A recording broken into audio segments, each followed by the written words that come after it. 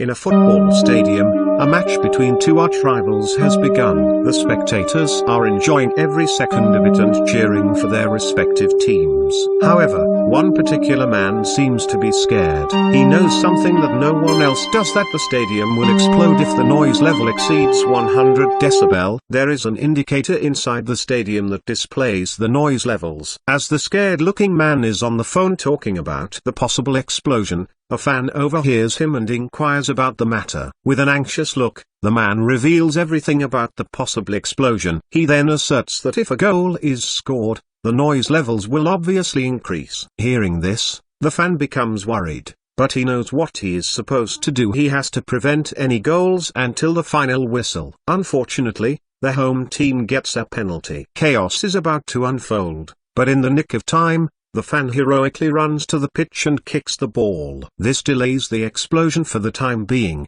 but can he delay it until the full-time whistle? Following this, the movie goes into a flashback. In the depths of the ocean, east of Hiroshima, a Korean submarine named Hauler is passing through. Inside, there are several Navy officers trying to protect their country from attackers. The leader of the group he is the same scared man from the first scene. Unfortunately, one day, they come under heavy fire, as an enemy submarine starts bombarding with missiles. Kang calms his crew down and tries his best to guide them toward safety, but is unsuccessful. At the end, Hauler crashes at the bottom of the ocean. The scene then fast-forwards by a year and Kang, who is still alive, has started living a normal life. He has retired from his duties and spends most of his time with his wife Yoo-jung and daughter Seal. One day, as he is heading to a press meet, suddenly, he receives the call from an unknown number. The person on the other end explains that explosives have been planted at an amusement park, and also at a major's house. He then asks Kang to select a location among the two,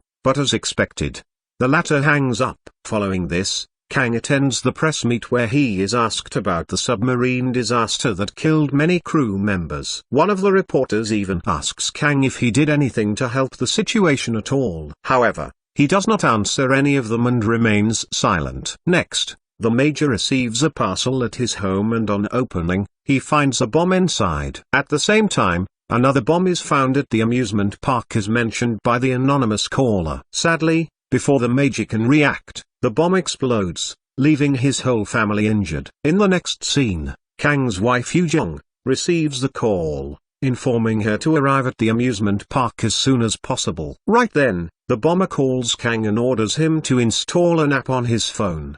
He explains that the app will block all other calls and messages apart from his. Kang obviously thinks the entire thing is BS, and refuses to comply, but when the caller threatens to detonate the next bomb, he hurriedly installs the app, and as soon as he does so, he receives the next location which is going to be bombed. To Kang's horror, it is the city's largest football stadium, Asiatic Main Arena. Before hanging up, the bomber warns Kang against informing the police and gives him 60 minutes to save the people in the stadium. Kang wastes no time and rushes to the Asiatic Main Arena where a club football match is being held. He goes inside the stadium and immediately starts panicking after noticing the sheer number of spectators there. Moreover, finding a tiny bomb inside the time frame is also virtually impossible. Just then, the bomber calls Kang and gives him some instructions. Firstly, the bomb works on sound. If the noise inside the stadium reaches 100 decibels,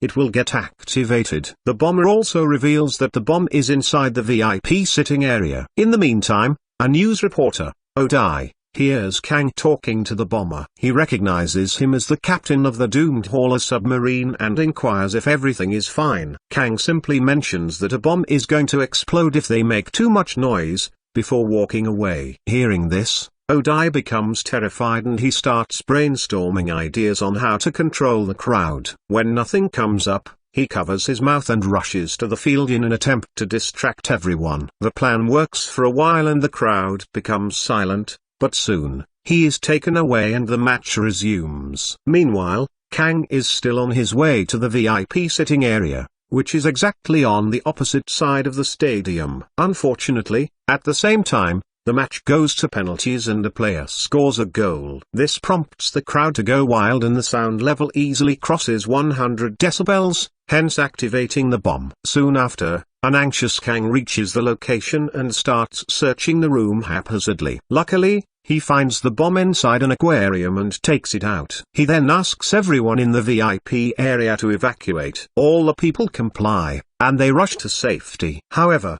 one kid is left behind with only 5 seconds on the bomb timer. Kang, who is already out, sees this and rushes to save the kid. He covers her body with his, and at the same time, the bomb explodes. Fortunately, both of them survive, and as Kang walks out of the room, holding the little kid, everyone claps for him with respect. Later, as Kang is leaving the stadium, he again receives a call from the bomber, who reveals his next target. It turns out to be a local swimming pool resort, which is always sprawling with people. The timer also starts, which is exactly 60 minutes. Since the resort is very far, Kang asks the reporter Odai to lend his car for the day.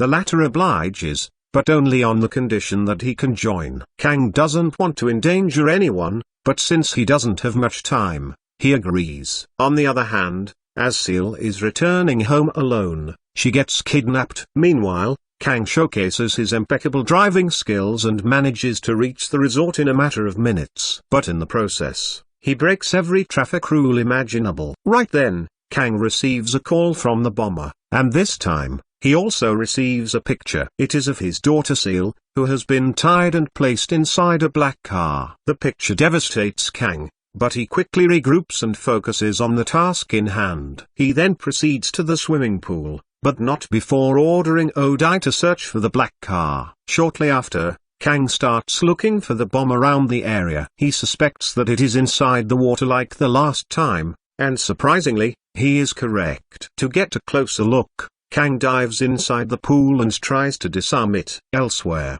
at the amusement park, his wife Yu-jong has arrived at the scene, donning a bomb suit on. It turns out that she is one of the best bomb diffusers in the city, and that's why she has been called upon. Unfortunately, while she is trying to concentrate, a couple living in the nearby apartment makes a loud noise. This activates the bomb and the clock starts ticking. At this instance, we are shown the scenes of two places, the swimming pool and the amusement park, where the husband and wife are trying to defuse the bombs. The situation is tense in both the places, and at the end, they decide to shield the bomb with their own bodies, hoping that it can save people. However, when the timer runs out, nothing happens. Officers at the amusement park assume that it is a prank, but right then, Kang receives a call that is connected to the timer near his wife. Now, both of them can hear each other. Yu-jong can also see a picture of her kidnapped daughter inside the timer. Then, the bomber speaks up and reveals that a large explosive is set under the ground where Yu-jong is standing. She can run, but if she does so, little Seal will be killed. Kang, who is hearing everything, begs his wife to run away, but she doesn't move an inch. A short while later, a large explosion occurs, which tosses her a few meters away. At the parking lot, Odai discovers the black car he was looking for and somehow opens the door. But as soon as he does so, a small explosion occurs, causing him minor injuries. Kang also arrives at the scene but doesn't find any signs of his daughter inside the car. In the following scene, we are finally shown the mastermind behind all the terror attacks. He is Tae-sung, ex-Navy, who was a part of the hauler submarine when it came under attack. His brother was also in the submarine, but he passed away on that fateful day. Now, Tae-sung is doing all this to take revenge on the government and Kang for their arbitrary decisions. Elsewhere, the city's section chief officer Young Han is informed about the explosion at the amusement park. He is also told that the bomb diffuser Yu-jong is still alive, which makes her an obvious target for the bomber. Hence, Young Han asks his driver to take him to the hospital immediately. But before they can reach, Tae-sung enters Jang Yu's medical room and kills her security guard. On the other hand,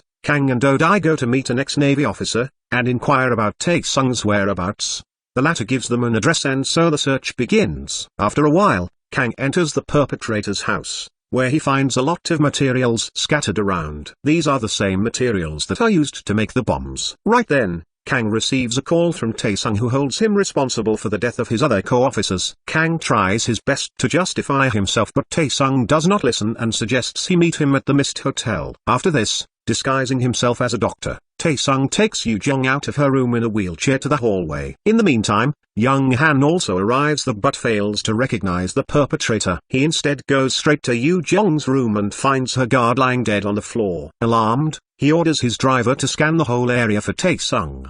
the latter does find him, and initiates a fight. But in the process, he gets killed, allowing Tae-sung to drive away with Jang Yu. Meanwhile, a worried Kang calls Young Han and explains the entire situation to him. He also reveals about the bomb-related materials found at the perpetrator's house. Soon, Kang and Do-Dai arrive at the Mist Hotel and begin searching for the bomber. But instead, they find Little Seal sleeping on a couch wearing a jacket covered with explosives. Meanwhile, Young Han and his team inspect the perpetrator's house and deduce that the explosives are connected to different chips and it is difficult to defuse them. Elsewhere, Tae-sung enters the seminar hall of the Mist Hotel, wearing another jacket full of explosives, and greets the crowd. Hearing his voice, Kang rushes to the hall and confronts him. He tries his best to calm the bomber down, but to no avail. Tae-sung keeps on accusing Kang for the death of his brother Tae-ryong, and several other officers. He also belittles him for taking advantage of the situation for his own benefit. Following this, we are taken into a flashback. It has been 11 days since Hawla has been stuck at the bottom of the ocean. Tae-ryong can be seen talking to his brother and mentioning that he has full faith in Captain Kang and his ability to save them. Right then,